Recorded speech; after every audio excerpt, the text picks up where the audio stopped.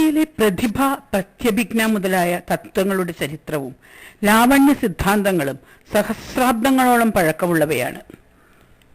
താരതമ്യേന പുതിയവയാണ് പടിഞ്ഞാറൻ സിദ്ധാന്തങ്ങൾ. ഈ പടിഞ്ഞാറൻ സിദ്ധാന്തങ്ങൾ എന്തൊക്കെയാണെന്ന് നമുക്കൊന്ന് പരിശോധിക്കാം. 18ാം നൂറ്റാണ്ടിൽ മാത്രമാണ് ജീനിയസ് എന്ന ഒരു പ്രതിഭാസത്തെ പാശ്ചാത്യ സാഹിത്യ ചരിത്രം പഠിക്കാൻ ആരംഭിച്ചത്. ഓരോ ദേശത്തിനും തനതായ പ്രകൃതിയും സംസ്കാരവും ഉണ്ടെന്നും അവയാലാണ് ആ പ്രദേശത്തെ വ്യക്തികൾ പ്രചോദിതരാകുന്നതെന്നുമുള്ള genius loci, spirit of the place അല്ലെങ്കിൽ പ്രാദേശിക പ്രതിഭയെ കുറിച്ചുള്ള ചർച്ചയിലാണ് ഇത് ആദ്യമായിട്ട് ആരംഭിച്ചത്. കാലാവസ്ഥ, ഭൂപ്രകൃതി, സസ്യസമ്പത്ത് ഇവയെല്ലാം ഒരു രാഷ്ട്രത്തിന്റെ കവിത, ആചാരങ്ങൾ, ഔഷധ വിജ്ഞാനീയം, കലകൾ, ശാസ്ത്രം ഇവയെയൊക്കെ സ്വാധീനിക്കുന്നു. ഒരു രാഷ്ട്രത്തിന്റെ അഥവാ ജനതയുടെ സ്വഭാവവും സംസ്കാരവും ഇവയാണ് രൂപപ്പെടുത്തുന്നത്. ബാഹ്യപ്രകൃതി എന്ന ദിവ്യശക്തിയാലാണ് കാവ്യാത്മകമായ ദിവ്യോന്മാദം സംഭവിക്കുന്നതെന്നും ഇതിന്റെ പരിണാമദശയിലെ ഒരു ഘട്ടം മാത്രമാണ് ജീനിയസ് അഥവാ പ്രതിഭ എന്നും TVF ബ്രോഗൻ എന്ന വ്യക്തി പറഞ്ഞു. അതോടൊപ്പം വ്യക്തിയുടെ ഉപബോധ മനസ്സിലെ സങ്കല്പങ്ങൾ, ആന്തരപ്രകൃതി കൂടി ചേരണം.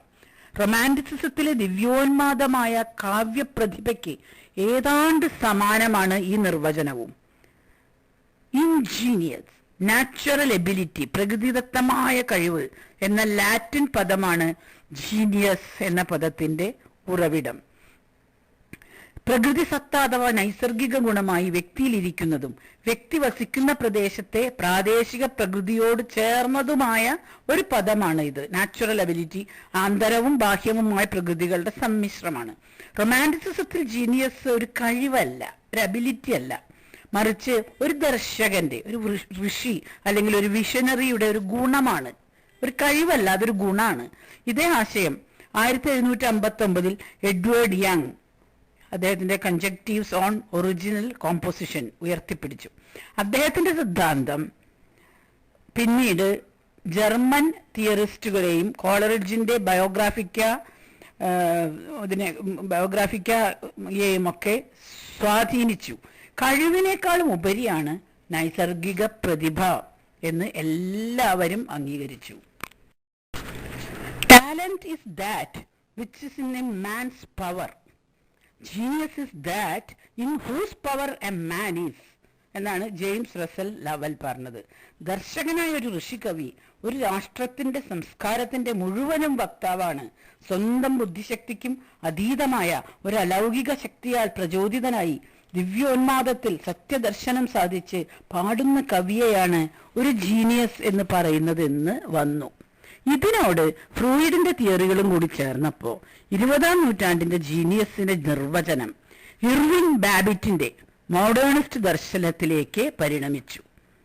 നിർവചിക്കാനാവാത്തതും സാധാരണ മനുഷ്യന്റെ കഴിവുകൾക്ക് അതീതവുമായി ഒരു വ്യക്തിയിൽ കാണുന്ന പ്രതിഭയാണ് ജീനിയസ് എന്നും അത് വ്യക്തിയുടെ ആന്തര സ്വഭാവവും അയാൾ ജീവിക്കുന്ന ദേശകാലങ്ങളും, അതായത് ബാഹ്യപ്രകൃതി ഉൾപ്പെട്ട ദേശകാലങ്ങളും കൂടിയുള്ള പരസ്പര സംവേദന ഫലമാണെന്നും ബോധാതീതമോ ഉപബോധമോ ആയ തലത്തിലാണ് ജീനിയസിന്റെ പ്രതിഭ പ്രവർത്തിച്ച് സൃഷ്ടി നടത്തുന്നതെന്നും തെളിഞ്ഞു.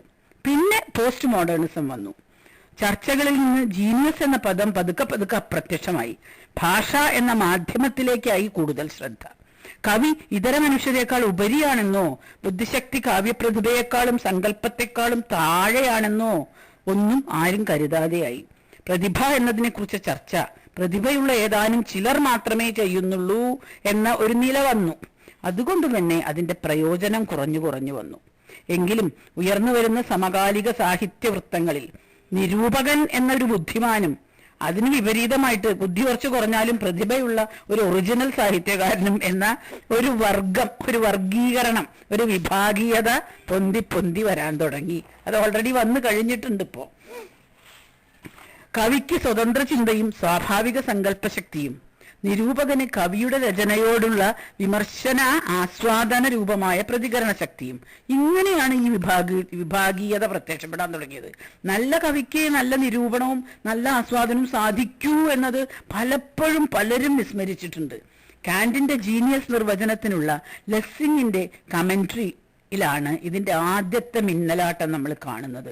ഇതിനെക്കുറിച്ച് കാന്റിയൻ വിചാരധാരയിലെ പാണ്ഡിത്യമുള്ള ജെയിൻ കെല്ലർ വിശദീകരിച്ചത്, genius demonstrates its autonomy not by ignoring all rules but by deriving rules from itself എന്നാണ്.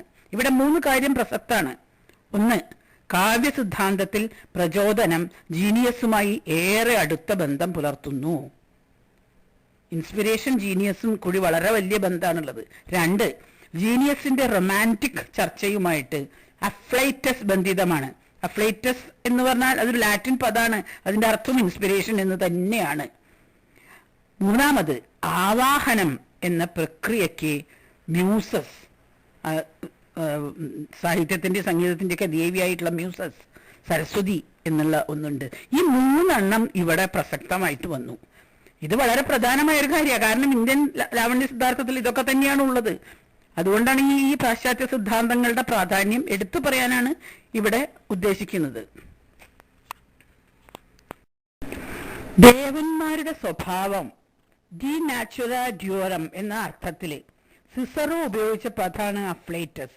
അതിന്റെ അർത്ഥം ഇൻസ്പിരേഷൻ തന്നെയാണ്. അപ്രതീക്ഷിതമായിട്ടൊരു പ്രാണപ്രവാഹം, അതിശക്തമായൊരു പ്രാണപ്രവാഹം ഒരു കവിയെ അതിന്റെ ശക്തിക്ക് അടിമയാക്കുന്നു.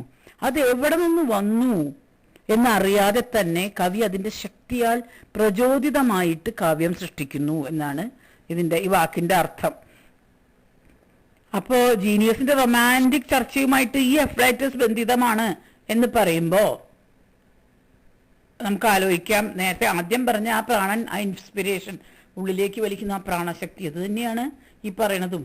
ഇനി അഡ് ഫ്ലൈറ്റസ് എന്നായിരുന്നു ഇതിന്റെ ആദ്യത്തെ ഉച്ചാരണം. To blow, to breathe in to എന്നുള്ള അർത്ഥത്തില്, ടു ഫ്ലെയർ, ടു ബ്ലോ എന്നുള്ളതിന്റെ നാമരൂപമാണത്.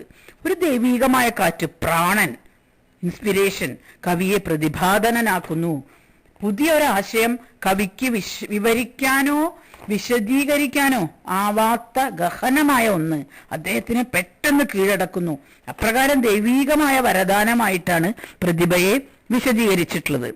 ഒരു ലാറ്റിൻ ചൊല്ലുണ്ട്, no great man ever existed who did not enjoy some portion of divine inspiration എന്ന്. ഈശ്വരീയമായ പ്രചോദനത്തിന്റെ ഒരംശമെങ്കിലും ആസ്വദിച്ചിട്ടില്ലാത്ത ഒരു മഹാത്മാവും ഇതുവരെ ലോകത്തിൽ ഉണ്ടായിട്ടില്ല എന്ന്. 64 കലകൾക്ക് മധ്യദേവത ഭാരതത്തിൽ സരസ്വതിയാണ്. Greek മിത്തോളജിയിലെ സരസ്വതിയാണ് muse. കവിത, സംഗീതം, മിത്തോളജി ഇതിനെല്ലാം അതിദേവത സരസ്വതിയാണ്, മ്യൂസാണ്. മ്യൂസിനെ ഗ്രീക്കുകാരിൽ നിന്നാണ് റോമക്കാർ സ്വീകരിച്ചത്.